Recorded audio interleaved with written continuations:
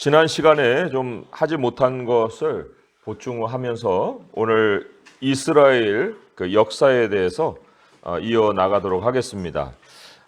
밑에 지난 시간 나눠드린 교재 율법 모세 그 교재 맨 밑에 보면은 창세기부터 신명기까지 그 중심 주제를 쭉 적어놨어요. 또 구절을 또한 적어놨습니다. 그래서 그 구절 안에 줄거리 흐름을 좀 우리가 따라가면서 이어서 이스라엘 부분에서도 줄거리 부분을 좀 따라가려고 합니다. 창세기 밑에 보시면 주제가 태초요, 천지 창조이고 빛이며 또 에덴 동산, 아브라함의 언약 이렇게 여러 주제를 써놨습니다. 태초와 천지 창조, 에덴 동산, 아브라함의 언약은 지난 시간에 다뤘어요. 다뤘는데 그 중에 빛에 대한 것이 굉장히 중요한데 그 설명을 이제는 오늘 시작으로 해서 과를 보도록 하겠습니다. 자, 빛 창조가 창세기 1장 1절에서 4절까지 나옵니다. 물론 5절까지 우리가 같이 읽어볼 수 있어요. 1장 1절에서 5절까지 같이 한번 읽어보도록 하겠습니다. 자, 읽어볼까요? 시작. 태초에 하나님이 천지를 창조하시니라. 땅이 혼돈하고 공허하며 흑암이 깊음 위에 있고 하나님의 영은 수면 위에 운행하시니라. 하나님이 이르시되 빛이 있으라 하시니 빛이 있었고 빛이 하나님이 보시기에 좋았더라. 하나님이 빛과 어둠을 나누사 하나님이 빛을 낮이라 부르시고 어둠을 밤이라 부르시니라. 저녁이 되고 아침이 되니 이는 첫째 날이니라. 네, 우리가 성경을 읽어가면서 초반에 그 빛의 창조와 그리고 또 그 14절부터 나오는 그 광명체의 창조. 그래서 거기 낮과 밤을 나뉘게 하시고라는 말에 그 차이를 이해를 못해서 창세기 1장에서부터 조금은 걸리는 면이 있어요. 그렇지만 이 빛의 창조에 대한 그 의미를 우리가 좀 알면은 이게 이렇게 되는 거구나 하는 걸 알게 됩니다. 그래서 첫째 날 빛의 창조와 넷째 날의 광명체의 창조의 차이를 좀 보도록 하겠습니다. 하나님이 사람을 창조하실 때에도 이 흙으로 빚으시고 먼저는 흙으로 빚으셨어요. 흙. 그런데 이 흙에 하나님의 생기를 넣어서 이게 이제 사람이 되었다 이렇게 얘기합니다. 사실 흙이라는 것은 물질이라고 볼 수가 있고요. 물질 안에 이제 하나님의 생기가 들어간 거죠. 그런데 하나님은 창조의 원리가 변하지 않습니다. 창조의 원리가 이러면 다른 것에 대한 창조의 원리도 마찬가지인 거예요. 그래서 하나님이 천지를 창조하셨지만 그것이 물질에 불과한 천지예요. 그래서 땅이 혼돈하고 공허하다. 그다음에 흑암이 그 바다가 이제 둘러져 있습니다. 바다. 깊음이 바다라는 뜻이고요. 그 바다 위에 수면에 하나님의 영이 운행하시죠. 여기는 이제 다 어둠이죠. 다 어둠으로 쌓여 있습니다. 그런데 이 물질이 바로 이 흙과 같은 거예요. 하지만 하나님의 말씀이 이 안에 이제 빛으로 들어가죠. 빛으로 들어가서 이 물질이 이제 생명을 얻습니다. 사람도 흙일 때에는 못 움직이다가 생기가 들어가서 사람으로 생동력을 갖듯이 이 생명이잖아요. 생기가 생명을 갖듯이 물질도 하나님의 영이 이 바다 위에 운행하시다가 이 영이 물질 안에 이제 빛으로 들어가서 모든 물질들이 이제 생명력을 갖는 거예요. 물질이 이렇게 둔다고 스스로 움직이는 게 아니거든요. 하나님의 영을 가질 때 생명력을 갖는 거예요. 자, 이러한 이 원리가 어디에 또 우리가 생각해 볼 수 있냐면 요한복음에도 창조의 기사가 기록이 되어 있어요. 요한복음 1장에 보시면 요한복음 1장에 4절에서 5절까지 한번 보세요. 4절에서 5절 요한복음 1장 4절에서 5절 말씀 한번 같이 읽어볼게요. 시작. 그 안에 생명이 있었으니 이 생명은 사람들의 빛이라 빛이 어둠에 비치되 어둠이 깨닫지 못하더라. 거기 이 각주에도 깨닫지 못하더라 하는 것을 이기지 못하더라라는 그 뜻으로도 같이 생각해 볼 수 있는 번역입니다. 그런데 중요한 것은 뭐냐면 그 안에는 말씀 안에라는 뜻이에요. 말씀 안에. 그런데 그 말씀 안에 뭐가 있었냐면 생명이 있는데 이 생명은 사람들 안에 비추는 빛이라 그런 얘기예요. 사람들에게 비추는 빛이었다. 그러니까 말씀이 있고요. 이게 말씀이라면 말씀은 생명을 가지고 있습니다. 말씀 안에 생명이 있어요. 그런데 이 말씀의 생명이 실제로 역사할 때 이제 성경 창세기에는 이 말씀이 하나님의 영과도 동일한 그러한 어떤 그 분으로 나오기도 합니다. 아무튼 말씀이 생명을 가지고 있는데 이 생명이 사람들에게 역사할 때는 빛으로 역사한다는 겁니다. 그러니까 이 생기가 사람 안에 들어가서 여기에서 어떤 모양으로 존재하게 되냐면은 빛의 모양으로 존재를 한다는 거예요. 사람들의 그 생명이 있고 생명은 사람들의 빛이다. 자, 또 하나 찾아보겠습니다. 누가복음인데요. 누가복음 11장 35절의 말씀이에요. 누가복음 11장 35절의 말씀. 누가복음 11장 35절의 말씀 읽어볼까요? 시작. 그러므로 내 속에 있는 빛이 어둡지 아니한가 보라. 내 속에 있는 빛. 이 빛이 뭐냐면 바로 하나님의 영이에요. 하나님의 영. 하나님의 영이 우리 안에 들어와서 빛으로 밝혀주고 있습니다. 빛나고 있어요. 이 빛이 있는 한 이 사람은 더 이상 흙이 아니죠. 이 온전한 사람을 이루는 거예요.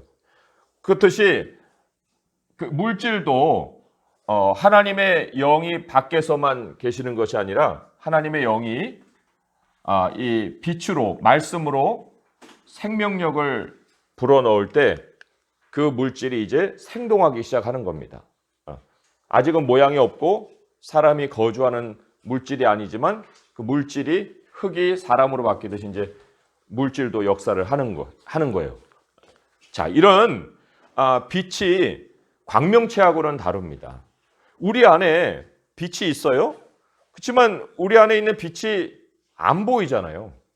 안 보이지만 그러나 우리의 이 하나님에 대한 사고, 하나님에 대한 생각 이런 것이 빛이 있다는 증거예요. 하나님이 나눠주신 것으로 인해서 우리 안에 하나님의 것에 대한 그 생각을 할 수 있잖아요. 빛이 없는 사람은 하나님에 대한 생각과 하나님에 대한 말씀의 깨달음을 가지지 못해요. 어둠이 깨닫지 못하더라 하는 것처럼 하나님에 대한 생각을 갖는다는 것은 바로 빛을 갖는 거죠. 그러나 겉의 모양으로는 어둠이에요.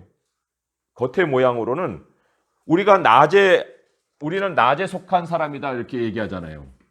낮에 속한다는 것이 24시간 중에 낮에 해당되는 그 낮이 아니고 하나님의 빛이 있는 그 존재라는 것이 바로 낮에 속한 존재라는 거예요. 그러니까 첫째 날에 나오는 이 낮이라는 것은 하나님의 계시가 있는 하나님의 빛이 있는 그 세상의 것을 창조하셨다. 하나님을 아는 그 계시를 창조하신 거다. 우리가 그 고린도후서의 말씀도 한번 참고해 볼 필요가 있습니다. 고린도후서 4장 6절의 말씀이에요. 고린도후서 4장 6절의 말씀에 그 첫째 날 창조하고 연결해서 이런 말씀을 남겨놨어요. 고린도후서 4장 6절의 말씀입니다. 289쪽이에요. 고린도후서 4장 6절 읽어볼까요? 시작. 어두운 데에 빛이 빛이라 말씀하셨던 그 하나님께서 예수 그리스도의 얼굴에 있는 하나님의 영광을 아는 빛을 우리 마음에 비추셨느니라. 네, 어디에 비추었다고요? 우리의 마음에 비췄다 그랬어요. 그러니까 사람이 육이었다가 다시 거듭남으로 인해서 하나님의 사람으로 태어나는 그 과정 속에 무엇이 있냐면 다시 빛의 창조가 있는 거예요. 빛. 그런데 이 빛이 어떤 빛이라고 합니까?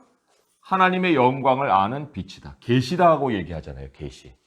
하나님을 아무도 스스로 알 수 없으되 하나님이 생명을 주시는 사람은 빛이 있어 하나님을 만나고 하나님을 깨닫게 되는 거예요. 이 빛을 얘기합니다. 창세기 1장에서 얘기하는 빛의 창조예요. 그러면 지금은 우리 안에 이 빛이 있지만 우리가 계속해서 빛을 또 공급을 받아야 돼요. 왜냐하면 성령이 우리 안에 있지만 또 성령의 충만함을 받으라. 내 안에 있는 빛이 어둡지 않은가 보라 하는 그 점검을 해보라고 그랬잖아요. 그래서 그러면 우리가 끊임없이 어디서 빛을 또 공급을 받을 것이냐. 빛을 공급받는 것은 결국 계시의 공급을 얘기하는 건데요. 시편 119편을 한번 찾아보세요. 119편. 시편 119편 130절의 말씀이에요. 시편 119편 130절의 말씀입니다. 시편 119편 130절 895쪽에 있죠. 119편 130절 읽어볼까요? 시작. 주의 말씀을 열면 빛이 빛이요 우둔한 사람들을 깨닫게 하나이다. 하나님이 말씀 안에 빛을 숨겨놓으셨습니다. 아니, 빛이 있습니다. 말씀이 생명이잖아요. 말씀 안에 생명이 있었으니 이 생명은 사람들의 빛이라, 사람들을 비추는 빛이라 그랬잖아요. 그러니까 이 하나님이 우리에게 소리로 들려주시는 말씀만 아니라 하나님의 그 소리를 이제 기록해서 우리에게 준 성경도 그 안에 생명을 가지고 있는데 이 생명의 책을 열면 빛이 비추어서 우리의 우둔한 마음을 깨닫게 해준다.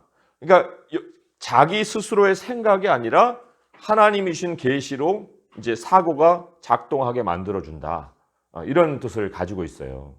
세상에 하나님이 물질을 창조하셨지만 그러나 물질이 세상의 모든 게 아니고 계시가 없는 세상은 물질에 불과하다. 이거를 처음에부터 확실하게 말씀하셨고 그렇기 때문에 세상에게 창조하신 것이 그때 왜 시간도 창조하시고 처음에 태초에 또 천지라는 공간도 창조하시고 시간과 공간에 물질도 창조하셨다고 했는데 시간과 공간과 물질이 가장 중요하게 생각해야 될 것이 뭐냐면 방향이에요. 방향. 어디를 향한 방향이냐면 하나님을 향한 방향이죠. 하나님을 향한 방향인데 그게 바로 빛이라는 거예요. 그래서 모든 만물은 하나님을 중심으로 또 하나님의 영광을 위해서 창조가 된 거다. 그거를 이제 말씀을 하고 있고요. 그리고 이제 네 번째 날에 가게 되면 그러한 이제 시간과 공간적인 개념 속에서 24시간을 나누실 때 이제 광명체가 창조가 되고 그때부터 이제 보이는 낮과 보이지 않는 밤에 이것이 이제 나뉘게 되는 거예요.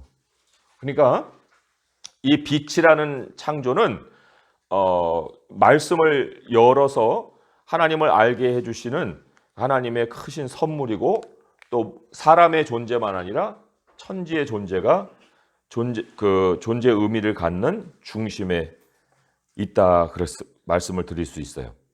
자, 그렇게 창세기가 시작을 했어요. 그렇지만 사람이 하나님을 중심으로 살지 않는 지어도 됩니까? 네. 하나님 말씀을 중심으로 살지 않았을 때 이제 사람이 하나님에게 더 떨어져서 다시 물질이 돼버리죠. 다시 흙이 돼버리죠. 너는 흙에서 나왔으니 흙으로 돌아가라. 그렇지만 이제 하나님이 또 다른 사람을 세워서 말씀으로 자신의 거룩한 자손을 이제 세워가시죠. 그 중심에 누가 있냐면 아브라함이 있어요. 예, 아브라함과 이제 언약 지난 시간에 배웠어요. 그런데 여기 한 가지 우리가 보충을 할 것이 있습니다. 우리가 보통 복음이라 하는 것을 예수님과 연결시켜요. 예, 하지만 성경은 예수님과 연결된 것만이 복음이 아니다. 복음이라는 것은 한번 찾아볼까요? 갈라디아서 3장 29절의 말씀이에요. 갈라디아서 3장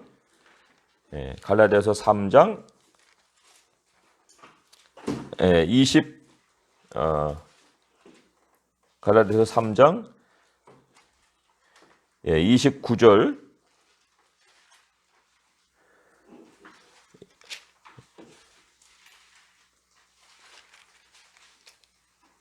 네, 거기도 한번 읽어보고요. 또 한 군데 읽어볼 것이 있는데요. 갈라디아서 3장 29절 한번 읽어보겠습니다. 시작. 너희가 그리스도의 것이면 곧 아브라함의 자손이요 약속대로 유업을 이을 자니라. 예, 그래서 그리스도의 출발이 그리스도로 시작되지 않고 아브라함으로부터 시작이 된다 하는 것을 여기서 말씀을 해주고 있습니다. 그리고 3장 8절 한번 같이 한번 읽어볼까요? 시작. 또 하나님이 이방을 믿음으로 말미암아 의로 정하실 것을 성경이 미리 알고 먼저 아브라함에게 복음을 전하되 모든 이방인이 너로 말미암아 복을 받으리라 하였느니라. 예. 여기에 바로 이제 복음이라는 단어가 나옵니다. 그래서 이 하나님이 복음이라고 말씀하신 그 복음은 하나님이 정하신 사람들 또한 의로 정하실 것을 미리 얘기했다는 것처럼 하나님과 연결될 사람들, 그 연결될 사람들을 하나님이 부르시는 것, 그게 바로 복음이에요. 그래서 그리스도의 출발은 예수 그리스도로부터 출발한 것 같이 신약은 얘기하지만 그러나 멀리는 아브라함으로부터 출발한 거고 그 아브라함에게 전한 복음은 바로 모든 이방이 하나님이 의로 정한다 하는 것은 바로 하나님과 연결될 자들로 예정했다. 의는 연결이잖아요. 네. 그런데 의로 예정하셨는데 그거를 아브라함을 통해서 그 사람들을 이제 만나게 하시고 발견하게 하시고 부르시는 일을 시작하신다. 그게 바로 복음이에요. 복음. 네. 그래서 우리가 알고 있는 복음과 성경이 얘기하는 복음에 굉장히 범위가 넓어 있는 것을 볼 수가 있습니다. 자, 그런데 이렇게 이제 빛도 창조가 되고 또 하나님이 아브라함을 통해서 이제 열방을 부르실 그 계획도 세우셨어요. 그런데 이제 그것이 진행이 될 때 가장 중심에 무엇이 있어야 되냐면 하나님의 임재가 있어야 됩니다. 에덴 동산이 하나님을 모시는 중심 장소라고 설명을 드렸는데 아브라함으로부터 시작을 해서는 또다시 하나님의 그 임재의 장소를 준비해가는 역사를 하나님이 쓰시지요. 그래서 모든 이스라엘의 역사는 성전을 중심으로 하는 역사예요. 창세기에는 에덴 동산이 소개가 되지만 그러나 이제 출애굽으로 시작해서 거기에는 이제 시내산과 성막이 소개가 됩니다. 그런데 이 성막만을 하나님이 말씀하신 것이 아니라 이제 그 가나안에 들어가게 되면은 이 이동하던 성막이 다시 하나님의 성막으로 지어지고 나중에는 성전으로 바뀌죠. 그렇지만 이 성전은 또다시 예수 그리스도의 몸으로 임하고 그리고 지금은 바로 교회가 우리가 하나님의 성전이라고 요한계시록에 보게 되면 밤이 없는 완전한 그 하나님의 나라 그게 그 완성이 됩니다. 그래서 모든 것은 하나님의 임재가 중심에 있어요. 성경의 주인공이 누구냐라고 얘기를 할 때 성경은 하나님의 이야기예요. 우리의 이야기가 아니에요. 하나님의 이야기고 하나님이 우리와 함께 해주시는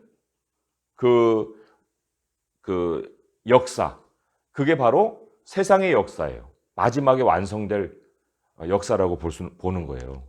그래서 이러한 길을 따라서 성경을 읽어야 성경이 바르게 보입니다. 그러지 않고는 모든 게 끊겨요. 그리고 내 삶에 적용될 것만 자꾸 찾다 보면은 방향성을 잃어버리죠. 그러나 계시의 방향은 항상 하나님의 나라를 향해 있다는 거, 그걸 우리가 생각해야 되고요. 그래서도 이 에덴 동산에서 이 성막에 이르기까지가 바로 모세 오경이라고 보면, 모세 오경, 여기에서 사실 성전 이후에 예수 그리스도가 오시는 것까지가 이스라엘의 역사예요. 이스라엘의 역사. 그리고 여기서부터 여기까지가 이제 신약이라고 보는 거죠. 그 이스라엘의 역사하고 맞물려서 우리가 선지서를 봐야 된다 그랬잖아요. 하나님의 언약으로 돌아와라, 이런 얘기고요. 신약은 뭐 전체로 예수 그리스도의 복음서지만, 그러나 이 복음서가 이제 사도행전으로 역사로 발전하고, 그리고 서신이 바로 사도행전에 그 등장하는 교회들과 맞물려서 쓰여진 편지예요. 그리고 이제 계시록이 하나님의 나라를 우리에게 보여주고 있습니다. 그러니까 이런 흐름을 통해서 성경이 일관되게 한 방향을 가르치고 있다는 거. 우리는 지금 어느 면에 와 있느냐. 그렇지만 이 하나하나의 단계를 보면 그 단계가 또 다른 큰 그림을 미리 보여주는 하나의 예시와도 같은 다는 것을 보게 됩니다. 자, 그럼 이제 오늘 모세 오경의 그 흐름을 통해서 이런 큰 그림과 어떻게 맞물려 있느냐 하는 것을 좀 보도록 하겠습니다. 자, 거기 먼저 신명기를부터 한번 볼게요. 신명기 1장을 한번 가보세요. 신명기 1장. 신명기가 도대체 무슨 뜻이냐? 그 한글 성경 제목부터가 좀 이해가 안 되는 분도 있어요. 한자니까 신명기, 이게 무슨 새로운 계명? 뭐 그런 거냐? 아니면 신명난다? 뭐 그런 거냐? 뭐 그럴 수도 있는데, 이 1장 1절과 5절의 말씀을 한번 보도록 하겠습니다. 1장 1절과 5절, 신명기 259쪽에 있죠? 같이 읽어볼게요. 시작. 이는 모세가 요단 저쪽 숲 맞은편의 아라바 광야, 곧 바란과 도벨과 라반과 하세롯과 디사합 사이에서 이스라엘 무리에게 선포한 말씀이니라. 5절입니다. 모세가 요단 저쪽 모압 땅에서 이 율법을 설명하기 시작하였더라. 네, 율법 설명이 신명기예요. 이제 이거 지웁니다. 율법 설명이 그 신명기인데, 신명기는 이런 뜻이에요. 한글 성경이 오히려 성경의 의미를 훨씬 더 살려낸 그 제목이라고 볼 수 있습니다. 신, 이게 이제 제 성이에요. 신. 그다음에 명. 그다음에 기. 근데 이게 여러 뜻을 가지고 있는데 그 중에 펼칠 신이라는 뜻이 있어요. 펼칠 신. 그다음에 이거는 계명할 때 이제 계명이죠. 그리고 이제 기록했다. 펼치다는 얘기가 뭐냐면 해석을 얘기합니다. 율법을 해석했다는 거예요. 율법을 설명했다. 그래서 여기 모세가 지금 1장 5절에 이 율법을 설명하기 시작하였더라. 율법을 펼쳐 보여주는 거예요. 물론 그 70인경에서는 듀트로노미라고 해가지고 두 번째 율법 뭐 이런 식의 그 의미를 달았습니다. 그 두 번째 율법이라는 게 율법을 하나님이 두 번 주셨다는 것이 아니라 그 전에 주셨던 율법을 이제 가나안 땅에 들어가서 어떻게 적용해야 되느냐, 그런 이제 설명을 해줬다. 그런 의미에서 이제 듀트로노미라고 얘기한 거예요. 두 번째 율법. 그렇지만 결국은 그 율법에 대한 새로운 율법이 아니고 해석을 해주는 율법이죠. 그러니까 우리 지금 저도 여기 서가지고 설교하잖아요. 그 설교하기 위해서는 말씀이 있어야죠. 말씀이 없이 어떻게 설교를 합니까? 그러니까 지금 신명기는 우리의 상황이라고 보는 거예요. 우리의 상황. 하나님의 말씀이 주어졌는데 이거를 하나님이 과거와 현재와 그 다음에 미래를 다 내다보면서 어떻게 너희들이 앞으로 살아가야 하느냐 하는 말씀의 해석이 신명기라는 거죠. 오늘날 우리가 말하는 이 설교가 바로 신명기고 모세의 설교가 신명기라는 거예요. 그래서 본 율법은 출애굽기, 레위기, 또 민수기에도 조금 있어요. 그런 원리적인 것이 있긴 하나 그 원리가 어떤 식으로 적용이 돼야 되느냐 하는 적용점에서 또 신명기가 굉장히 의미를 갖는 거예요. 자, 그런 의미에서 볼 때 이 신명기가 가지고 있는 주제가 또 중요합니다. 왜냐하면 그 주제가 이제 이 창세기부터 민수기까지 이어진 그 맥락을 가지고 신명기가 펼쳐 놓기 때문에 그래요. 그래서 신명기를 먼저 우리가 의미를 알고 뒤에 있는 네 권의 책을 좀 보기를 바랍니다. 6장이 상당히 중요한 신명기의 핵심이라고 볼 수 있는 게 6장이에요. 6장의 말씀인데 그 6장 말씀에 몇 토막으로 좀 나눠서 볼 필요가 있습니다. 신명기 6장 1절에서 9절까지 말씀 같이 한번 먼저 읽어볼게요. 시작. 이는 곧 너희의 하나님 여호와께서 너희에게 가르치라고 명하신 명령과 규례와 법도라. 너희가 건너가서 차지할 땅에서 행할 것이니 곧 너와 네 아들과 네 손자들이 평생에 내 하나님 여호와를 경외하며 내가 너희에게 명한 그 모든 규례와 명령을 지키게 하기 위한 것이며 또 내 나를 장구하게 하기 위한 것이라. 이스라엘아 듣고 삼가 그것을 행하라. 그리하면 내가 복을 받고 내 조상들의 하나님 여호와께서 내게 허락하신 것 같이 젖과 꿀이 흐르는 땅에서 내가 크게 번성하리라. 이스라엘아 들으라. 우리 하나님 여호와는 오직 유일한 여호와이시니 너는 마음을 다하고 뜻을 다하고 힘을 다하여 내 하나님 여호와를 사랑하라.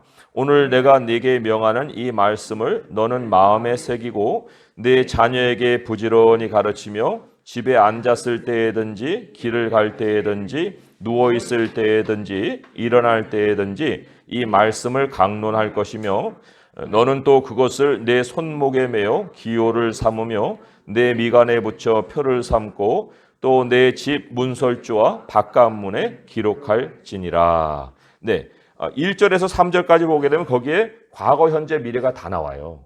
과거, 현재, 미래. 하나님이 옛날에 너에게 주신 율법입니다. 그리고 그것을 이제 지금 평생에 하나님을 경외하면서 앞으로 지켜가면은 장구하게 될 것입니다. 이런 이제 약속과 함께 이제 주어져요. 그런데 그 중에서도 핵심이 4절에서 9절의 말씀인데 지금도 유대인들은 아기가 태어나면 태어난 아기의 귀에다가 6장 4절에서 9절을 읽어줍니다. 그래서 쉐마라고 하는 말씀이에요. 들으라 이스라엘아 이렇게 나오죠.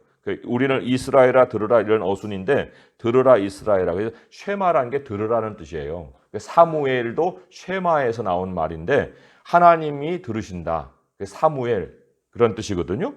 그렇기 때문에 이 듣는 것이 얼마나 중요한지 몰라요. 들어라 하고 이제 귀에다가 말씀을 전해줍니다. 그런데 거기에 보면 내용은 딱 두 가지예요. 내용은 뭐냐? 하나님은 유일하시다. 그게 첫 번째 내용이고요. 하나님은 유일하시다. 절대로 다른 신이 없다.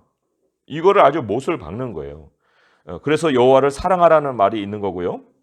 그 다음에 이제 6절에서 9절까지의 말씀은 그게 우리의 삶의 반경을 다 포함하는 겁니다.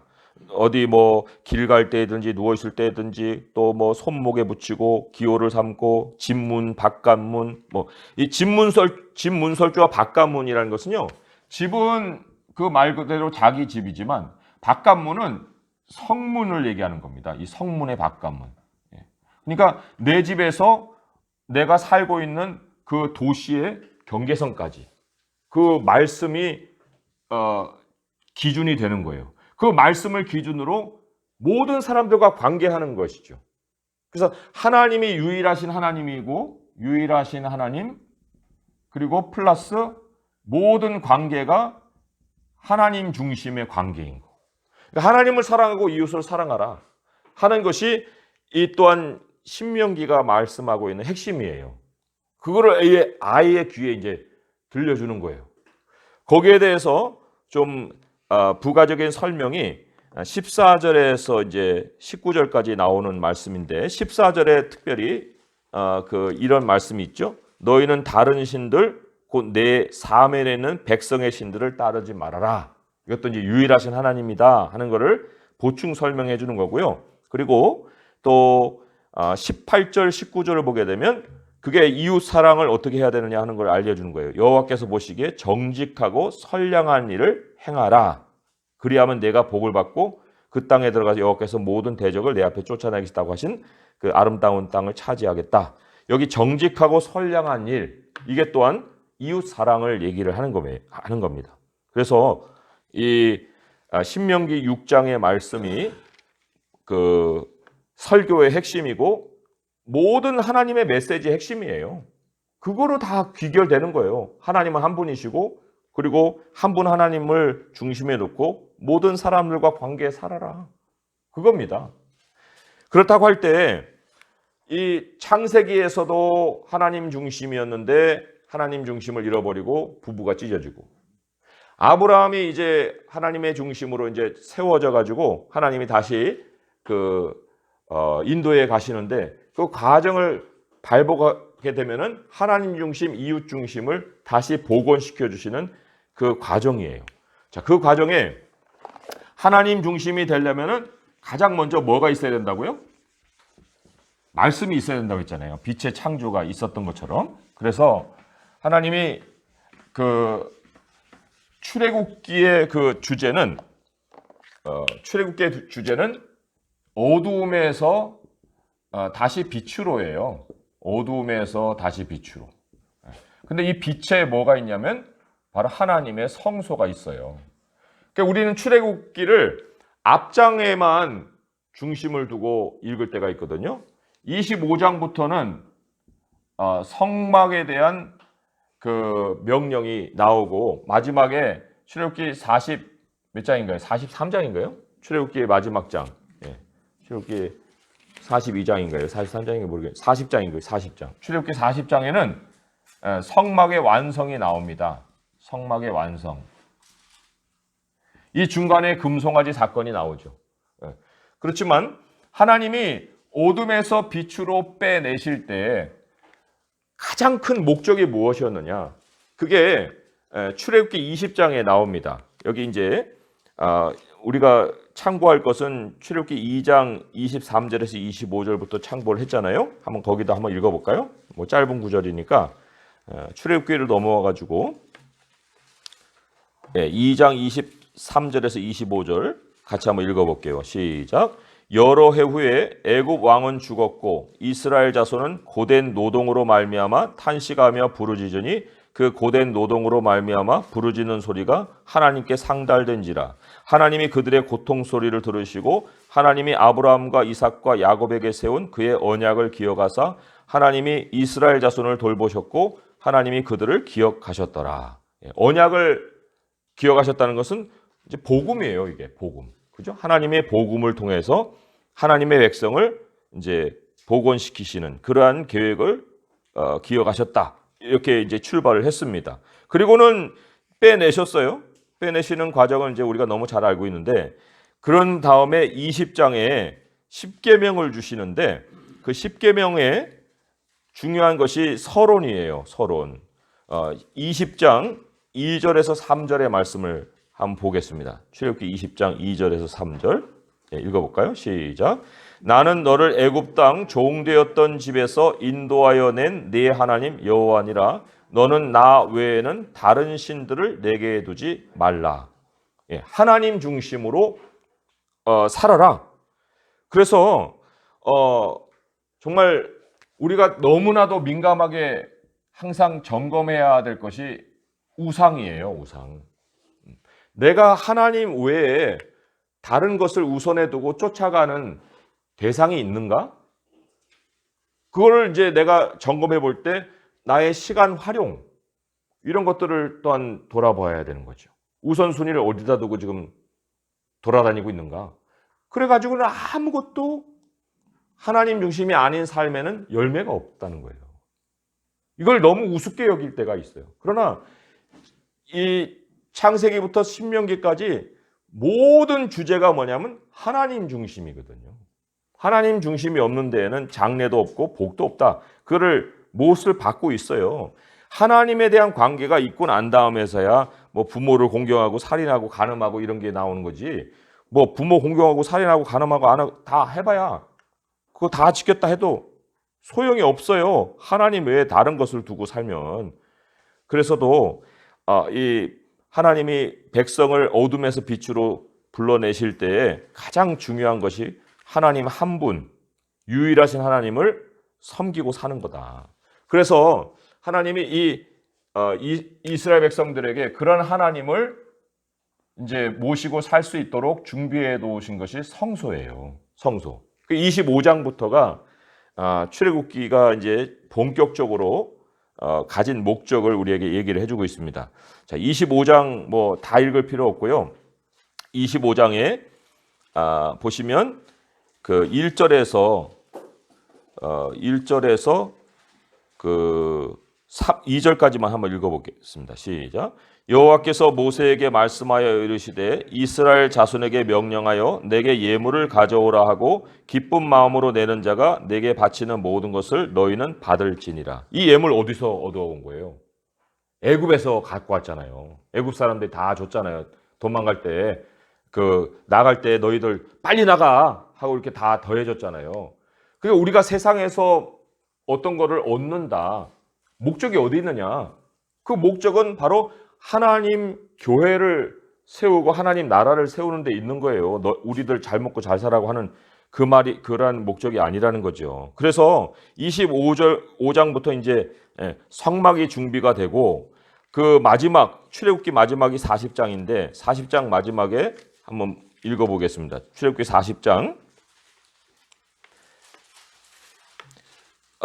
그 40장 34절에서 뭐 마지막 절이지만은 34절 한 절만 한번 읽어보겠습니다. 시작. 구름이 회막에 덮이고 여호와의 영광이 성막에 충만하매. 하나님이 이제 온전히 그 이스라엘 백성들과 함께 거하시는 그런 장소가 예비가 됐습니다. 예, 그게 출애굽기까지예요. 그런데 레위기 1장으로 한번 가보세요. 레위기 1장으로 가보시면 1장 1절에 이렇게 시작합니다. 읽어볼까요? 시작. 여호와께서 회막에서 모세를 부르시고 그에게 말씀하여 이르시되. 예, 제가 지난 시간에 레위기 제목에 대한 설명을 해드렸나요? 화요일 아침반에 설명 안 해드렸군요. 성경은 그 히브리 성경은 그 성경을 시작하는 첫 단어가 그 성경의 그 제목이에요. 제목이어서 이 레위기를 시작하는 그 말을 보게 되면 그러나 그가 그리고 그가 가라사대, 그리고 그가 가라사대, 바이크라, 그리고 그가 가라사대라고 성경이 시작을 하고 있습니다. 예. 어느 책이 그리고라는 말로 시작을 합니까? 문학집이든 논문이든 간에 그리고라는 말로 시작했다가는 빵점을 맞는 거예요. 그리고 뭐 앞에가 뭐가 있어야 그리고지. 그냥 그리고만 할 수는 없는 거 아니에요. 그런데 레위기를 시작하는 말이 그리고 그가 가라사대거든요. 그래서 바이크라가 레위기의 히브리 제목이에요. 그러면 뭐가 그리고냐? 출애굽기 40장에 지금 성막이 완성이 됐잖아요. 예, 이걸 이제 회막이라고도 합니다. 하나님과의 만남의 장막이라고 해서 용어는 여러 가지로 태버너클이라고 해서 장막이라고도 하고 또 그다음에 미팅 플레이스 그래서 회막이라고도 하고 또 Holy of Holies, 그 성막이라고도 합니다. 그런데 이 그리고라는 것은 결국 출애굽기를 이어가는 이야기다라는 것을 우리에게 알려주는 거예요. 레위기가 법조항을 기록한 것이 아니라 성막을 지어놨는데, 아니 성막만 멀쩡하면 뭐예요? 그 성막에 이제 사람들이 어떻게 나오느냐 하는 길을 이제 하나님이 설명을 해주셔야 되잖아요. 그 레위기를 보면은 이제 제사법이 소개가 되지요. 제사법이 소개가 되고 앞에서부터 쭉 제사법이 소개가 되다가, 이거는 지난 시간에 아마 제가 설명을 드렸을 거예요. 그래서 마지막에 대속죄일을 16장에 소개하면서 하나님을 사랑하는 자에게 하나님 1년에 한 차례씩 큰 용서를 해주신다. 그리고 이제 16장부터 해갖고 마지막 28장까지인가요? 거기에는 이제 25장에 희년이라는 것이 있어요. 17장부터 해갖고는 이제 우리 본격적인 것은 19장부터긴 하지만 사람과 어떻게 지내야 되느냐 하는 여러 가지 사회법을 얘기하다가 마지막에 희년법을 제정해줘서 모든 빚을 다 갚으라. 사람에 대한 사랑, 그거를 이제 우리에게 제정을 해주셨어요. 성막, 출애굽기까지고, 그다음에 레위기에서는 실제로 하나님께 나오는 길을 두 가지로 나눠서 하나님께로 나오는 길, 사람과 관계하는 길, 그렇게 이제 제정을 해주셨습니다. 그리고는 민수기를 시작하는 첫 단어가 뭐냐면 버밋바르예요. 버밋바르. In the wilderness. 광야에서 라는 말로 책이 시작을 해요. 아니 법을 갖고 있으면 뭐예요? 법을 가지고 이제 살아야 되잖아요. 살지 않고 어떻게 우리가 하나님 말씀이 길이라는 걸 알겠습니까? 그래서도 민수기는 이 구조가 이렇게 돼 있습니다. 인구 조사가 있어요. 처음에. 그 다음에 마지막에 인구 조사가 있어요. 두 번의 인구 조사예요. 그래서 넘버스 하는 게 두 번의 인구 조사이기 때문에 넘버스라고 얘기하는 거예요. 민수기. 그 국민의 수를 기록했다. 그렇지만 인구 조사가 끝이 아니고 인구 조사를 하고 난 다음에 이동이 있어요. 이동. 이 이동 과정을 민수기가 보여준다는 거예요. 자, 레위기에 대해서는 한번 확인을 해볼게요. 레위기 1장 1절에 4절은 우리가 이제 하나님이 성막에서 부르셨다 해서 출애굽기와 연결되는 거고요. 16장으로 한번 가보세요. 16장 29절에서 31절을 보겠습니다. 16장 29절에서 31절의 말씀. 지금 저희가 읽는 것은 핵심만 읽는 거예요. 여기가 이제 대속죄일에 대한 거거든요. 같이 읽어볼게요. 29절부터 31절까지입니다. 시작. 너희는 영원히 이 규례를 지킬지니라. 일곱째 달 곧 그 달 10일에 너희는 스스로 괴롭게 하고 아무 일도 하지 말되 본토인이든지 너희 중에 거류하는 거류민이든지 그리하라. 이날에 너희를 위하여 속죄하여 너희를 정결하게 하리니 너희의 모든 죄에서 너희가 여호와 앞에 정결하리라. 이는 너희에게 안식일 중에 안식일인즉 너희는 스스로 괴롭게 할지니 영원히 지킬 규례라. 여기 보면 모든 죄에서 정결하는 것. 그러나 1년에 한 차례예요. 계속 그 해마다 거듭이 됩니다. 자, 여기 우리가 하나님께서 이제 하나님 사랑하는 법의 어떤 클라이막스를 보여주고 있다면 19장으로 옮겨가 보세요. 19장에 보시면 19장 2절도 그 다음에 18절도 같이 한번 읽어볼게요. 19장 2절부터 읽습니다. 시작. 너는 이스라엘 자손의 온 회중에게 말하여 이르라. 너희는 거룩하라. 이는 나 여호와 너희 하나님이 거룩함이니라. 도대체 거룩함이 뭘까? 자, 18절로 옮겨가 볼게요. 시작. 원수를 갚지 말며 내 동포를 원망하지 말며 내 이웃 사랑하기를 내 자신과 같이 사랑하라. 나는 여호와이니라. 내 이웃 사랑하기를 내 자신과 같이 하라 하는 이 사회법을 그 기초로 해서 하나님이 우리에게 구별된 모습이 뭐냐 하는 것을 쭉 가르쳐 주고 있어요. 자, 그러면 인간관계 속에서 서로 지내다가 이제 한 사람은 좀 부유해지고 한 사람은 가난해지고 빚지고 빚을 꿔주고 뭐 이런 관계들이 이제 형성이 될 거 아니에요. 그러는 중에 25장으로 한번 옮겨가 보세요. 25장 8절에서 12절까지의 말씀인데요. 25장 8절에서 12절까지 말씀 같이 읽어보겠습니다. 시작.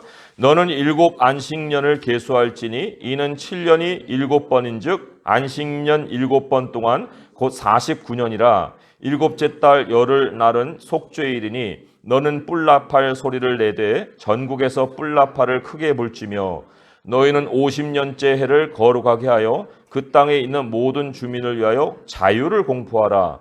이 해는 너희에게 희년이니 너희는 각각 자기의 소유지로 돌아가며 각각 자기의 가족에게로 돌아갈지며 그 50년째 해는 너희의 희년이니 너희는 파종하지 말며 스스로 난 것을 거두지 말며 가꾸지 아니한 포도를 거두지 말라. 이는 희년이니 너희에게 거룩함이니라. 너희는 밭의 소출을 먹으리라.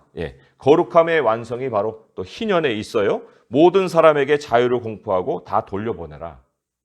그런 얘기를 하고 있습니다. 그래서 이 그리스도인들의 삶 속에 누구에 대해서 내가 소유하는 듯, 그 사람을 막 종 같은 그러한 존재로 내가 취급한다든지 이렇게 되는 것은 성경이 얘기하는 그 말씀이 아니다는 거예요. 그래서 그러한 그 하나님 사랑은 대속제일, 인간 사랑은 바로 우리가 우리에게 빚진 자를 사해 준 것 같이 우리의 빚을 사해 주세요 한 것처럼 우리가 누구에게도 주인 행세를 하지 않고 우리 자신이 늘 하나님께 빚진 자로서 살아가야 되는 모습, 그거를 레위기가 우리에게 가르치고 있어요. 자, 그러면 이제 그런 말씀을 받았어요. 이제 민수기로 옮겨갑니다. 민수기에 이제 2번의 인구조사가 있다고 그랬는데 거기에 특징이 있어요. 뭐가 있느냐? 1장 1절에서 이제 4절에 계수를 하는데 그 계수의 대상이 되는 사람들을 1장 3절에 보면 이렇게 특징 있게 말씀을 했습니다. 1장 3절 읽어볼게요. 시작. 이스라엘 중 20세 이상으로 싸움에 나갈 만한 모든 자를 너와 아론은 그 진영별로 계수하되. 여기 싸움에 나갈 자라는 말을 하고 있습니다. 자, 두 번째 인구조사는 끄트머리쯤 나오겠죠? 26장으로 한번 가보세요. 민수기 26장 1절에서 또 4절까지인데요.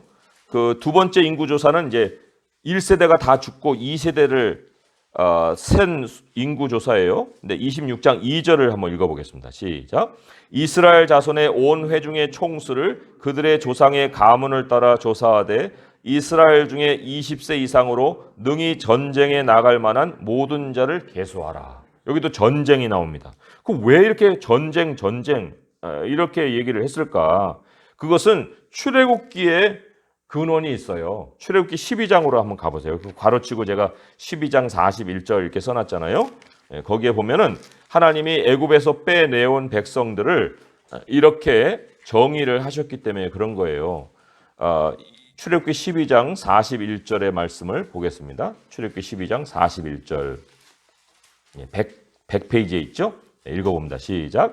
430년이 끝나는 그날에 여호와의 군대가 다 애굽 땅에서 나왔은즉, 하나님이 빼내신 백성을 하나님은 군대라고 얘기합니다.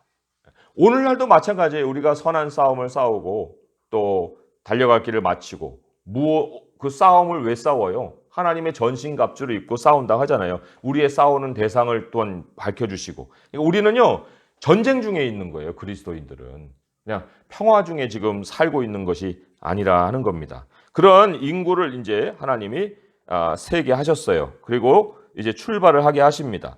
자, 14장에 보시면 거기에 그 민수기의 어떤 그 중요한 단면을 하나 볼 수 있는 말씀이 있습니다.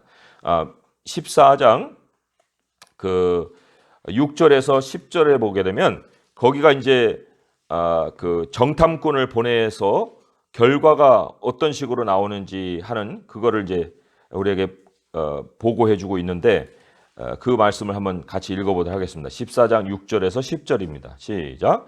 그 땅을 정탐한 자 중 눈의 아들 여호수아와 여분네의 아들 갈렙이 자기들의 옷을 찢고 이스라엘 자손의 온 회중에게 말하여 이르되 우리가 두루 다니며 정탐한 땅은 심히 아름다운 땅이라 여호와께서 우리를 기뻐하시면 우리를 그 땅으로 인도하여 들이시고 그 땅을 우리에게 주시리라. 이는 과연 젖과 꿀이 흐르는 땅이니라. 다만 여호와를 거역하지는 말라. 또 그 땅 백성을 두려워하지 말라. 그들은 우리의 먹이라. 그들의 보호자는 그들에게서 떠났고 여호와는 우리와 함께 하시느니라. 그들을 두려워하지 말라 하나 온 회중이 그들을 돌로 치려 하는데 그때 여호와의 영광이 회막에서 이스라엘 모든 자손에게 나타나시니라. 네, 이게 유명한 사건이에요.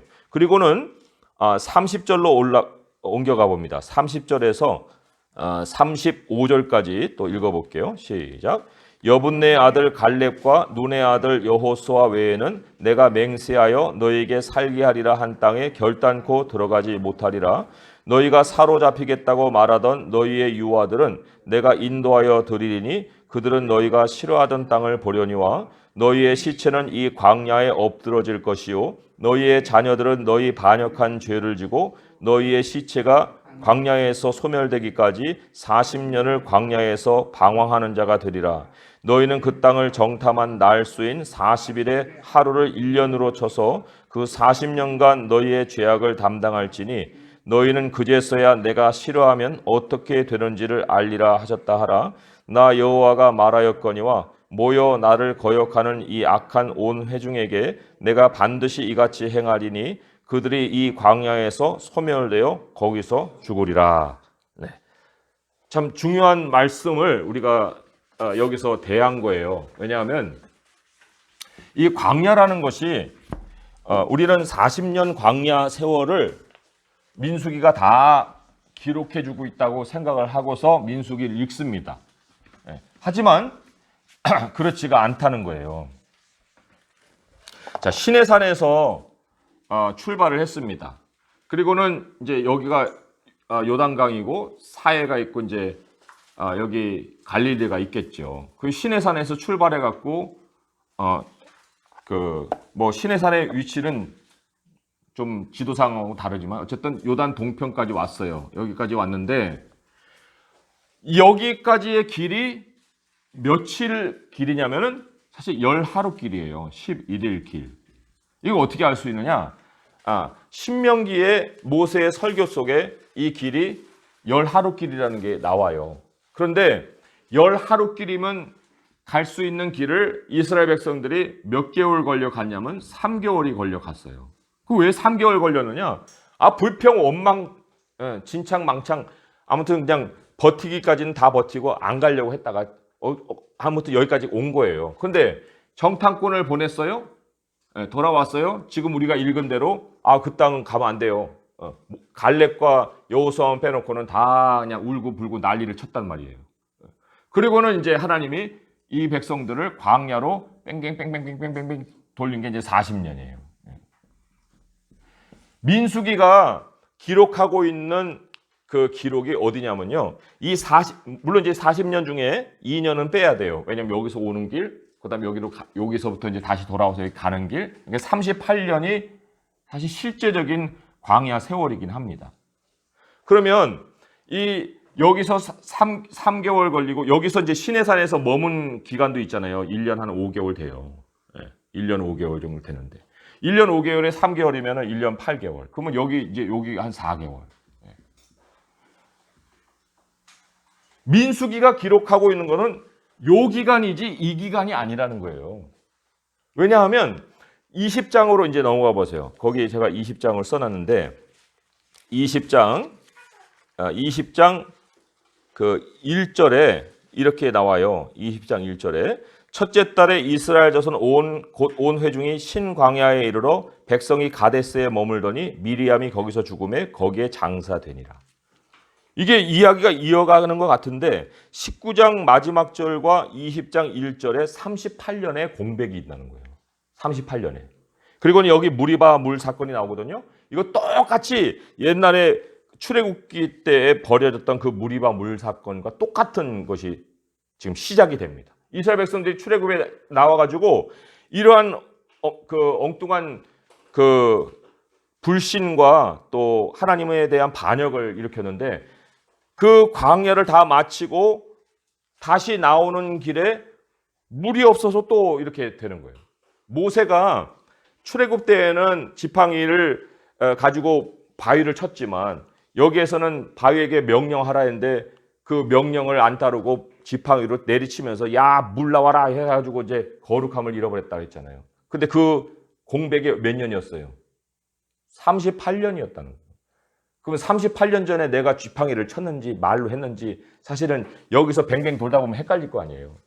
그러니까 모세조차도 하나님의 말씀을 사실은 옛날에 주어진 대로 내가 그 행하지 않고 이번에는 뭐 바위를 지팡이로 쳤다 말았다 이런 분간이 아니라 분노를 표출한 거예요. 그러니까 물론 비교하자면 비교해 볼 수도 있으나 너무나도 오랜 기간이 끝난 이후에 똑같은 일이 벌어진 거기 때문에 거기에서 우리가 그런 것을 비교하기보다는 정말 이스라엘 백성들의 그 불만과 모세가 하나님의 말씀을 그대로 따르지 아니했던 그런 어떤 불순종의 모습을 우리가 더 보긴 하겠는데 아무튼 민수기가 기록하고 있는 거에는 이게 없다는 거예요. 왜 이게 있을 필요가 없어요.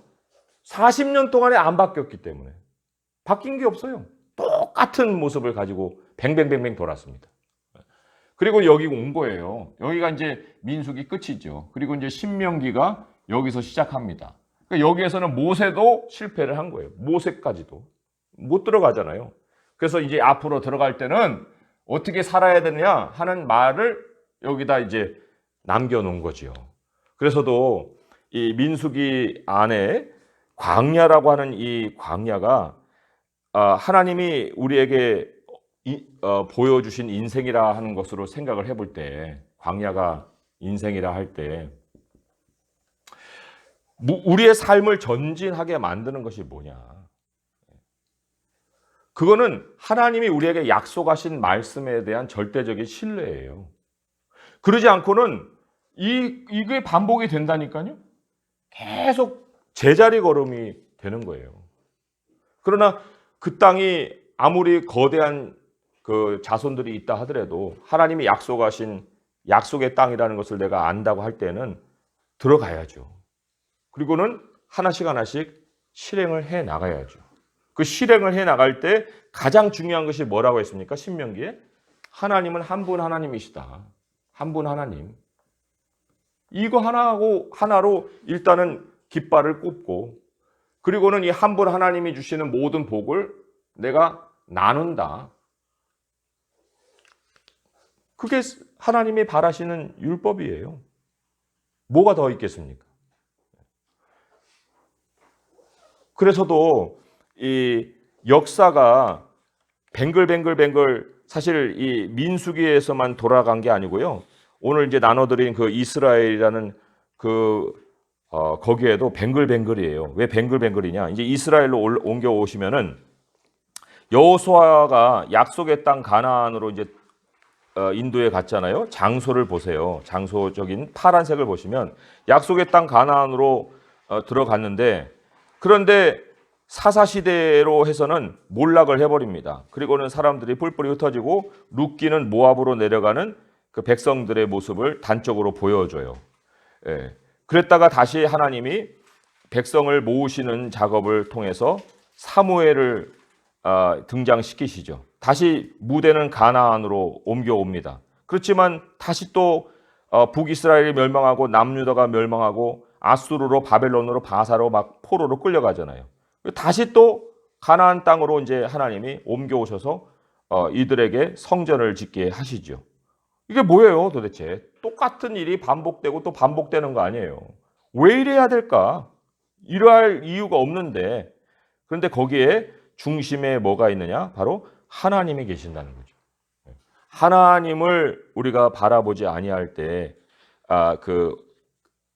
찾아오는 모든 결과가 바로 이스라엘의 이런 역사였다 하는 겁니다. 자, 거기 여호수아에도 중요한 말씀들을 좀 찾아보도록 하겠습니다. 여호수아 1장 2절에서 4절의 말씀 한번 읽어볼게요. 여호수아 1장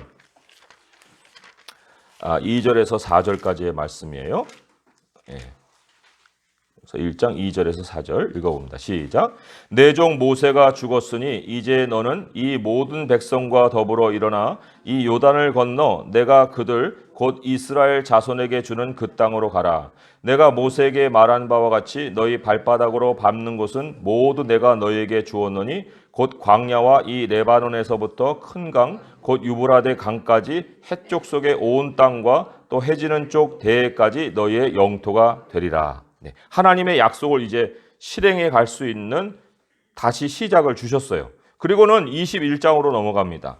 21장으로 넘어가면은 아주 그 아름다운 말씀이 나오는데 그것도 잠깐이지만은 어쨌든 21장 43절에서 45절에 보면은 1차 정복에 대한 마무리가 있어요. 자, 읽어봅니다. 시작. 여호와께서 이스라엘의 조상들에게 맹세하사 주리라 하신 온 땅을 이와 같이 이스라엘에게 다 주셨으므로 그들이 그것을 차지하여 거기에 거주하였으니 여호와께서 그들의 주위에 안식을 주셨으되 그 조상들에게 맹세하신 대로 하셨으므로 그들의 모든 원수들 중에 그들과 맞선 자가 하나도 없었으니 이는 여호와께서 그들의 모든 원수들을 그들의 손에 넘겨주셨음이니라.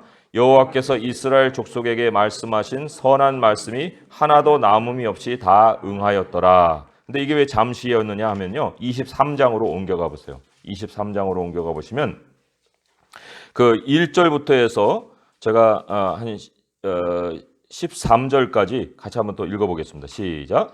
여호와께서 주의 모든 원수들로부터 이스라엘을 쉬게 하신 지 오랜 후에 여호수아가 나이 많아 늙은지라 여호수아가 온 이스라엘 곧 그들의 장로들과 수령들과 재판장들과 관리들을 불러다가 그들에게 이르되 나는 나이가 많아 늙었도다. 너희의 하나님 여호와께서 너희를 위하여 이 모든 나라에 행하신 일을 너희가 다 보았거니와 너희의 하나님 여호와 그는 너희를 위하여 싸우신 이시니라.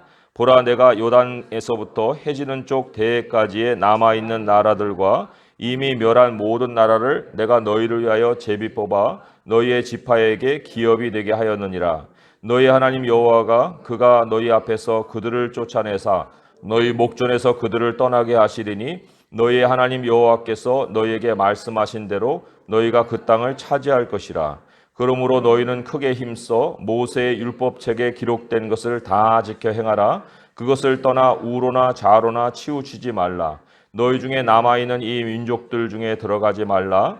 그들의 신들의 이름을 부르지 말라. 그것을 가리켜 맹세하지 말라. 또 그것을 섬겨서 그들에게 절하지 말라. 오직 너희의 하나님 여호와께 가까이 하기를 오늘까지 행한 것 같이 하라. 이는 여호와께서 강대한 나라들을 너희의 앞에서 쫓아내셨으므로 오늘까지 너희에게 맞선 자가 하나도 없었느니라. 너희 중 한 사람이 1000명을 쫓으리니 이는 너희의 하나님 여호와 그가 너희에게 말씀하신 것 같이 너희를 위하여 싸우심이라. 그러므로 조심하여 너희의 하나님 여호와를 사랑하라. 너희가 만일 돌아서서 너희 중에 남아있는 이 민족들을 가까이 하여 더불어 혼인하며 서로 왕래하면 확실히 알라. 너희의 하나님 여호와께서 이 민족들을 너희 목전에서 다시는 쫓아내지 아니하시리니 그들이 너희에게 올무가 되며 덫이 되며 너희의 옆구리에 채찍이 되며 눈에 가시가 되어 너희가 마침내 너희 하나님 여호와께서 너희에게 주신 이 아름다운 땅에서 멸하리라. 네, 여기 보면은 뭐가 경고가 되고 있냐면 우상에 대한 경고가 있어요. 7절부터 해갖고 이 그들의 신의 이름을 부르지 말고 또 하나님만 가까이 하고 그런 말씀이 쭉 기록이 되어 있거든요. 그리고는 이제 24장 14절에서 18절에 언약을 세웁니다. 언약을 세우는데 그 여호수아의 가족과 이스라엘 백성들에게 이러한 그 선택의 기회를 줍니다. 자, 14절부터 18절까지 읽어볼게요. 시작. 그러므로 이제는 여호와를 경외하며 온전함과 진실함으로 그를 섬기라. 너희의 조상들이 강 저쪽과 애굽에서 섬기던 신들을 치워버리고 여호와만 섬기라. 만일 여호와를 섬기는 것이 너희에게 좋지 않게 보이거든 너희 조상들이 강 저쪽에서 섬기던 신들이든지 또는 너희가 거주하는 땅에 있는 아모리 족속의 신들이든지 너희가 섬길 자를 오늘 택하라. 오직 나와 내 집은 여호와를 섬기겠노라 하니 백성이 대답하여 이르되 우리가 결단코 여호와를 버리고 다른 신들을 섬기기 하지 아니하오리니 이는 우리 하나님 여호와께서 친히 우리와 우리 조상들을 인도하여 애굽 땅 종되었던 집에서 올라오게 하시고 우리 목전에서 그 큰 이적들을 행하시고 우리가 행한 모든 길과 우리가 지나온 모든 백성들 중에서 우리를 보호하셨음이며 여호와께서 또 모든 백성들과 이 땅에 거주하던 아모리 족속을 우리 앞에서 쫓아내셨음이라. 그러므로 우리도 여호와를 섬기리니 그는 우리 하나님이심이니라 하니라. 예. 그런데 물론 이제 마지막에 여호수아의 죽음을 기록을 하고 있습니다. 그런데 1절에 보니까 사사기로 넘어가 보세요. 사사기로 넘어가 보면 1절에 이상한 기록이 있죠. 제가 읽어볼게요. 여호수아가 죽은 후에 이스라엘 자손이 여호와께 여쭈어 이르되 우리가 가운데 누가 먼저 올라가서 가나안 족속과 싸우리까. 다시 정복이 시작이 되는 거예요. 그럼 왜? 앞에서는 하나님이 안식을 주셨고 모든 땅을 다 차지했고 그리고는 언약까지 이렇게 했는데 사사기에 와가지고 왜 이러한 일이 다시 반복이 되느냐. 그 배후에 뭐가 있어요? 아까 뭘 경고했습니까? 우상을 경고했다는 거예요. 그 다른 신을 쫓게 되면은 빼앗았던 것도 다시 뺏겨요. 다시 찾아야 되는 그런 반복이 시작이 되는 거예요. 그래서도 철저하게 하나님 중심으로 산다는 것이 얼마나 중요한 거냐 하는 걸 이 역사가 쭉 우리에게 가르치고 있는 바죠. 이스라엘 역사의 흐름이 바로 그러한 흐름이에요. 사사기 2장 1절에서 15절에도 마찬가지고요. 사사기의 맨 마지막 장을 가서 한번 같이 또 읽어보도록 하겠습니다. 사사기 21장 25절의 말씀. 사사기 21장 25절의 말씀. 네, 읽어볼까요? 시작. 그때 이스라엘에 왕이 없으므로 사람이 각기 자기 소견에 옳은 대로 행하였더라. 여기 왕은 누구냐면 하나님을 얘기합니다. 이스라엘에 왕이 없다. 그것은 사람 왕을 얘기하는 것이 아니라 하나님이 다스리시는 나라였는데 그 다스리시는 나라의 나라는 남고 다스리시는 통치자는 없어지는 이러한 상황이 지금 전개된 것이 바로 이 사사기예요. 그 사사 시대에 일어난 그 하나의 사건이 룻기 사건입니다. 룻기가 사사 시대에 하나님이 주시는 메시지였어요. 룻기에 보면은 룻이 이제 나오미를 쫓아서 나온 거 알고 있잖아요. 그래서 1장 15절에서 18절까지 거기가 바로 룻이 이제 결심하는 모습인데 그게 바로 이스라엘 백성들에게 하나님이 촉구하시는 그런 결심이었어요. 1장 15절에서 18절을 한번 읽어보도록 하겠습니다. 시작. 나오미가 또 이르되 보라 내 동서는 그의 백성과 그의 신들에게로 돌아가리니 너도 너의 동서를 따라 돌아가라 하니 룻이 이르되 내게 어머니를 떠나며 어머니를 따르지 말고 돌아가라 강권하지 마옵소서. 어머니께서 가시는 곳에 나도 가고 어머니께서 머무시는 곳에서 나도 머물겠나이다. 어머니의 백성이 나의 백성이 되고 어머니의 하나님이 나의 하나님이 되시리니 어머니께서 죽으시는 곳에서 나도 죽고 거기 묻힐 것이라. 만일 내가 죽는 일 외에 어머니를 떠나면 여호와께서 내게 벌을 내리시고 더 내리시기를 원하나이다 하는지라. 나오미가 룻이 자기와 함께 가기로 굳게 결심함을 보고 그에게 말하기를 그치니라. 이게 룻의 결심이 아니에요. 이스라엘 모든 백성들에게 하나님이 원하시는 결심이었다는 거예요. 그리고 보아스가 룻에게 2장 12절에 이런 말씀을 남겼어요. 한번 읽어볼까요? 시작. 여호와께서 내가 행한 일에 보답하시기를 원하며 이스라엘의 하나님 여호와께서 그의 날개 아래에 보호를 받으러 온 내게 온전한 상 주시기를 원하노라 하는지라. 하나님께로 돌아온 사람에게 하나님은 다시금 축복의 길을 열어주신다. 아브라함의 자손의 언약이 돌아온 자에게 실행이 된다는 것을 보여주고 있습니다. 그러니까 말씀을 잃고 언약을 잃고 율법을 잃었다는 것이 뭐예요? 말씀을 아까 율법이라는 것이 단순히 법조항이 아니라고 그랬죠? 율법이라는 것은 이야기라고 그랬습니다. 어디를 향한 이야기예요?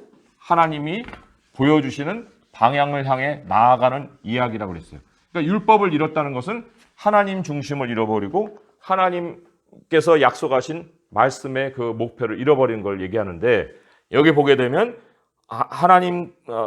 하나님께로 보호받으러 돌아온 사람에게 하나님이 온전한 상을 주신다. 돌아온 그 사람 어디로 돌아왔다는 거예요? 율법으로 돌아왔다는 거예요. 하나님을 향한 그 방향으로 다시 돌아왔다는 거예요. 그런데 그것도 이제 또 잠깐이에요. 룻기도 사무엘에 가게 되면 다른 나라 사람들처럼 왕을 주시오 하는 그러한 사건이 벌어집니다. 사무엘 8장으로 옮겨가 보세요. 8장으로 가보시면 4절에서 9절까지 한번 읽어보도록 하겠습니다. 사무엘상 8장 4절에서 9절입니다. 시작. 이스라엘 모든 장로가 모여 라마에 있는 사무엘에게 나아가서 그에게 이르되 보소서 당신은 늙고 당신의 아들들은 당신의 행위를 따르지 아니하니 모든 나라와 같이 우리에게 왕을 세워 우리를 다스리게 하소서 한지라. 우리에게 왕을 주어 우리를 다스리게 하라 했을 때에 사무엘이 그것을 기뻐하지 아니하여 여호와께 기도하며 여호와께서 사무엘에게 이르시되 백성이 네게 한 말을 다 들으라. 이는 그들이 너를 버림이 아니요 나를 버려 자기들의 왕이 되지 못하게 함이니라. 내가 그들을 애굽에서 인도하여 낸 날부터 오늘까지 그들이 모든 행사로 나를 버리고 다른 신들을 섬김같이 내게도 그리하는도다. 그러므로 그들의 말을 듣되 너는 그들에게 엄히 경고하고 그들을 다스릴 왕의 제도를 가르치라. 아까 사무엘 뭐라고 그랬죠? 하나님이 들으신다. 사무엘. 하나님이 들으신다. 들음에 대한 어떤 중요성을 사무엘 선지자를 통해서 하나님이 가르치셨어요. 그런데 사람들이 들은 것이 아니고 왕을 달라고 그랬죠. 하나님이 그들이 나를 버렸다. 왕이신 하나님을 버려버렸다 이렇게 얘기하잖아요. 그리고는 이제 사울과 다윗의 이야기가 이제 쭉 기록이 되어 있습니다. 우리가 사울 택하고 다윗 택한 그 이야기는 알 거예요. 사울은 육체의 아름다움을 통해서 택해졌고 다윗은 정말 하나님이 그 숨어 있는 인물을 빼내신 건데 그 다윗에 대해서 우리가 좀 주목해야 될 것이 다윗의 마지막 기도와 마지막 말이에요. 다윗의 기도와 마지막 말이에요. 사무엘 하로 쭉 넘어가 보세요. 그 이제 지루하게 사울과 다윗의 갈등의 얘기가 사무엘 상하예요. 그런데 이제 사무엘 하에 와서는 이제 다윗이 이 다스리는 그런 나라가 쭉 지속이 되죠. 하지만 다윗 초기와 다윗 말기에 그 기록이 굉장히 중요함을 가져요. 초기에는 이제 다윗의 기도가 있습니다. 7장 18절에서 29절까지 말씀인데 그것이 다윗의 기도입니다. 같이 한번 읽어볼까요? 시작. 다윗 왕이 여호와 앞에 들어가 앉아서 이르되 주 여호와여 나는 누구요며 내 집은 무엇이기에 나를 여기까지 이르게 하셨나이까. 주 여호와여 주께서 이것을 오히려 적게 여기시고 또 주의 집에 있을 먼 장래의 일까지도 말씀하셨나이다. 주 여호와여 이것이 사람의 법이니이다. 잠깐만요. 거기에 제가 설명할 게 있어요. 사람의 법이다 그랬어요. 사람의 법. 이 법이 거기 law예요. law. 율법입니다. 사람이 지켜야 될 율법이다. 사람에게 정해놓으신 사람이 사는 원리다. 이렇게도 번역할 수가 있습니다. 근데 그 원리가 뭐냐면 지금까지고 그 다음에 여기서 장래예요. 장래일. 하나님이 지금까지 인도해 오셨고 장래일은 말씀해 주시고 그게 사람의 법이라고 그랬어요. 이동이잖아요. 이동. 이동에 누가 중심에 있냐면 하나님이 중심에 있다는 거예요. 하나님이 지금까지 인도하셨고 장래일을 또한 우리에게 알려주실 것. 그게 사람의 법이죠. 그 법을 따라 사는 거예요. 율법의 백성이 다른 거 있습니까? 하나님이 지금까지 앞으로도 그렇게. 그래서도 이 쭉 이제 기도가 쭉 되어지다가 마지막에 가서는 그 27절부터 29절에 다윗이 기도하고 싶은 마음이 생겨서 기도한 내용이 요약이 되어 나옵니다. 27절부터 읽어볼게요. 시작. 만군의 여호와 이스라엘의 하나님이여 주의 종의 귀를 여시고 이르시기를 내가 너를 위하여 집을 세우리라 하셨으므로 주의 종이 이 기도로 주께 간구할 마음이 생겼나이다. 주 여호와여 오직 주는 하나님이시며 주의 말씀들이 참되시나이다. 주께서 이 좋은 것을 주의 종에게 말씀하셨사오니 이제 청하건대 종의 집에 복을 주사 주 앞에 영원히 있게 하옵소서. 주 여호와께서 말씀하셨사오니 주의 종의 집이 영원히 복을 받게 하옵소서 하니라. 간구할 마음이 생겼다 하고 첫 번째 첫 마디 기도가 뭐예요? 주 여호와여 오직 주는 하나님이시다. 한 분 하나님이에요. 한 분 하나님을 고백한 것이 다윗의 그 하나님의 마음에 합한 자라고 칭찬했던 그거라는 거예요. 그의 주의 말씀이 참되시니 좋은 것을 말씀해 주고 주여 주님이 내 집을 세워주세요. 그게 우리가 신앙이 복잡합니까? 신앙이 복잡하지 않아요. 하나님 한 분이에요. 그분을 알아가는 것으로 즐거워하는 거 그거죠. 자, 다윗의 마지막 말이 또 기록이 되어 있는 것이 사무엘하 23장에 나옵니다. 사무엘 23장에 보시면 1절에서 7절의 말씀. 네. 거기에는 이제 그리스도에 대한 예언까지도 그 기록이 되어 있습니다. 다윗의 마지막 남긴 말 사무엘하 23장 1절에서 7절 읽어볼게요. 시작. 이는 다윗의 마지막 말이라. 이새의 아들 다윗이 말하며 높이 세워진 자 야곱의 하나님께로부터 기름 부음 받은 자 이스라엘의 노래 잘하는 자가 말하노라. 여호와의 영이 나를 통하여 말씀하시며 그의 말씀이 내 혀에 있도다. 이스라엘의 하나님이 말씀하시며 이스라엘의 반석이 내게 이르시기를 사람을 공의로 다스리는 자 하나님을 경외함으로 다스리는 자여 그는 돋는 해의 아침 빛 같고 구름 없는 아침 같고 비 내린 후에 광선으로 땅에서 움이 돋는 새풀 같으리라 하시도다. 내 집이 하나님 앞에 이같이 아니하냐? 하나님이 나와 더불어 영원한 언약을 세우사 만사에 구비하고 견고하게 하셨으니 나의 모든 구원과 나의 모든 소원을 어찌 이루지 아니하시랴. 그러나 사악한 자는 다 내버려질 가시나무 같으니 이는 손으로 잡을 수 없음이로다. 그것들을 만지는 자는 철과 창자루를 가져야 하리니 그것들이 당장에 불살리리로다 하니라. 하나님이 다윗의 집을 세우리라 했는데 그 다윗의 집을 세워준 것을 다윗이 마지막에 간증하고 있어요. 그러나 거기에 멈추지 않고 계속해서도 앞으로 공의로 다스릴 사람, 하나님을 경외함으로 다스릴 자, 이게 바로 메시아를 얘기합니다. 그 메시아가 오셔서 더욱이 하나님의 백성의 그 영원한 언약을 이루시고 또 집을 세워 가실 것이다 하는 미래적인 소망을 또한 여기서 남기고 있죠. 그래서 이 사무엘 상부터 사무엘 하까지 이어지는 그 줄거리를 보게 되면은 하나님의 사람을 하나님이 세우지만 그러나 마지막에는 메시아를 세워서 이제 그 일을 이루어 가실 그 소망까지 또 여기서 비춰주고 있습니다. 자, 그런 다음에는 이제 열왕기 상부터 해가지고는 오늘은 열왕기 상하, 역대기 상하까지만 하고요. 그 나머지는 다음 시간에 하겠는데 열왕기 상하도 이스라엘의 엄청난 역사, 역대기 상하도 여러 가지 역사, 이거를 역사를 이제 기록을 해주고 있습니다. 그럼 무슨 차이가 있길래 이 두 종류의 역사서를 우리에게 남겨줬을까? 그거죠. 자, 거기에 우리가 한 가지 비교를 해보면 금방 이제 그 차이점을 알 수가 있어요. 자, 신실하지 못한 나라, 그런데 회복, 이제 역대야 마지막엔 성전의 그 회복이 있습니다. 자, 그런데 먼저는 차이점부터 보겠어요. 그 열왕기의 역사 관점 중간쯤에 제가 써놨죠. 또 마지막쯤에 역대기 역사 관점이 다른 거예요. 관점을 보면은 하나님의 백성이 왜 망할 수밖에 없었나라는 관점으로 열왕기를 썼고요. 역대기는 포로 생활에서 돌아온 백성들이 여전히 하나님의 백성인가? 라는 관점으로 이제 썼다는 거예요. 자, 하나의 예를 들어드립니다. 므낫세 왕에 대한 기록을 열왕기 하에서 한번 찾아볼게요. 열왕기 하 24장 1절에서 4절입니다. 아주 유다가 망하는데 1등 공신이 바로 므낫세 왕이에요. 므낫세가 굉장히 오랜 동안 50몇 년을 통치를 했거든요.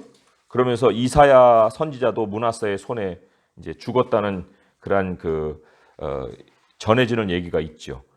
열왕기 하 24장 1절에서 4절입니다. 한번 같이 읽어볼게요. 시작. 여호야김 시대에 바벨론의 왕 느부갓네살이 올라오매 여호야김이 3년간 섬기다가 돌아와서 그를 배반하였더니 여호와께서 그의 종 선지자들을 통하여 하신 말씀과 같이 갈대아의 부대와 아람의 부대와 모압의 부대와 암몬 자손의 부대를 여호야김에게로 보내 유다를 쳐 멸하려 하시니 이 일이 유다에 임함은 곧 여호와의 말씀대로 그들을 자기 앞에서 물리치고자 하심이니 이는 므낫세의 지은 모든 죄 때문이며 또 그가 무죄한 자의 피를 흘려 그의 피가 예루살렘에 가득하게 하였음이라. 여호와께서 사하시기를 즐겨하지 아니하시니라. 그러니까 왜 망했어요? 피 흘려서 망한 거예요. 무죄한 자의 피를 흘렸다. 누가 흘렸어요? 므낫세가 흘렸다 그랬어요. 그러니까 망할 수밖에 없다. 그게 열왕기의 그 기록의 관점이에요. 그런데 똑같은 므낫세의 그 기록을 역대하에서 한번 찾아볼게요. 역대하 33장, 역대하 33장 10절에서 13절입니다. 역대하 33장 10절에서 13절이에요. 703쪽에 있죠? 역대하 33장 10절에서 13절입니다. 같이 읽어봅니다. 시작. 여호와께서 므낫세와 그의 백성에게 이르셨으나 그들이 듣지 아니하므로 여호와께서 아수르 왕의 군대 지휘관들이 와서 치게 하심에 그들이 므낫세를 사로잡고 쇠사슬로 결박하여 바벨론으로 끌고 간지라. 그가 환난을 당하여 그의 하나님 여호와께 간구하고 그의 조상들의 하나님 앞에 크게 겸손하여 기도하였으므로 하나님이 그의 기도를 받으시며 그의 간구를 들으시사 그가 예루살렘에 돌아와서 다시 왕위에 앉게 하심에 므낫세가 그제서야 여호와께서 하나님이신 줄을 알았더라. 여호와께서 하나님이신 줄 알았다. 이게 뭐예요? 유일하신 하나님이다. 근데 므낫세가 지금 회복된 것까지 기록하잖아요. 역대하는요. 열왕기는 므낫세 때문에 망했다. 거기까지밖에 기록 안 했어요. 근데 그 이후 2탄까지 기록하고 있는 게 역대상하라는 거예요. 그러니까 하나님 백성에게 다시 회복이 있을까? 망했는데 그거에 대한 답이 역대상하예요. 그렇지만 그 열왕기에는 뭐예요? 하나님 백성은 망할 수밖에 없어. 그거를 적나라하게 역사적으로 보여준 것이 열왕기 상하의 기록이라는 거죠. 역대하 맨 마지막 장으로 한번 가볼게요. 역대하 맨 마지막 장으로 가보시면 이제 이게 바로 히브리 구약 성경의 마지막 책이에요. 역대하가. 그게 어떻게 기록이 되어 있습니까? 36장 22절 23절 읽어볼게요. 시작. 바사의 고레스 왕 원년에 여호와께서 예레미야의 입으로 하신 말씀을 이루시려고 여호와께서 바사의 고레스 왕의 마음을 감동시키심에 그가 온 나라에 공포도 하고 조소도 내려 이르매 바사 왕 고레스가 이같이 말하노니 하늘의 신 여호와께서 세상 만국을 내게 주셨고 나에게 명령하여 유다 예루살렘에 성전을 건축하라 하셨나니 너희 중에 그의 백성 된 자는 다 올라갈지어다. 너희 하나님 여호와께서 함께 하시기를 원하노라 하였더라. 이게 구약의 마무리예요. 네. 히브리 구약 성경의 마무리예요. 뭐예요? 성전 건축이죠. 다시 하나님 중심의 삶을 회복시켜 주시는 은혜가 있는 겁니다. 네. 그래서도 이 하나님의 백성이 하나님 유일하신 하나님을 늘 모시고 산다고 할 때 우리가 하나님을 만나는 그 예배의 자리가 얼마나 중요한가. 그거를 성경이 계속해서 우리에게 알려주고 있고요. 그 성전의 현장은 바로 우리 자신이라는 거죠. 그래서 오늘날 우리 자신이 하나님 앞에 말씀을 읽고 기도하는 것 너무나도 단순한 건데 그것이 하나님이 우리에게 찾아보실 수 있는 또한 중요한 신앙의 모습이고 그걸 통해 하나님 우리에게 복을 주신다. 그래서 여러 상황들을 우리가 주목해 볼 수도 있어요. 하지만 그것을 통해서는 하나님을 오히려 더 찾아 나가야겠다라는 마음을 갖는 것이지 그 상황이 나를 뒤집어 놓을 수 있는 요소가 되지는 않는다는 거죠. 자, 그러면 다음에 에스라부터는 다음 시간에 설명을 드리고요. 하나님 아버지 감사합니다. 오늘 주신 말씀들을 우리가 정리하면서 오직 하나님 한 분이 우리의 하나님이시고 또 하나님께서 우리로 목표 지점까지 우리 하나님이 계시는 그 하늘의 나라에까지 이를 때 우리 하나님의 말씀대로 우리가 살아가야 함을 또 가르쳐 주셨습니다.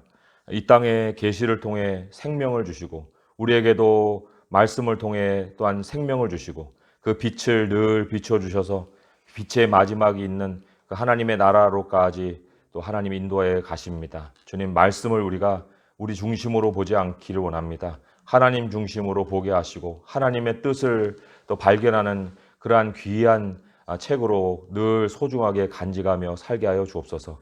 하나님 아버지 이스라엘 백성들이 왕이신 하나님을 버리고 다른 신들을 섬겨 그 비극을 겪었는데 우리에게는 오직 하나님 한 분이 우리의 왕이시고 우리의 모든 장래가 다 하나님 안에 있습니다. 지금까지도 인도하신 하나님, 장래일까지도 말씀하여 주셔서 오직 주님 한 분으로 이 땅에서의 모든 삶을 또 넉넉하게 살아갈 수 있게 하여 주옵소서.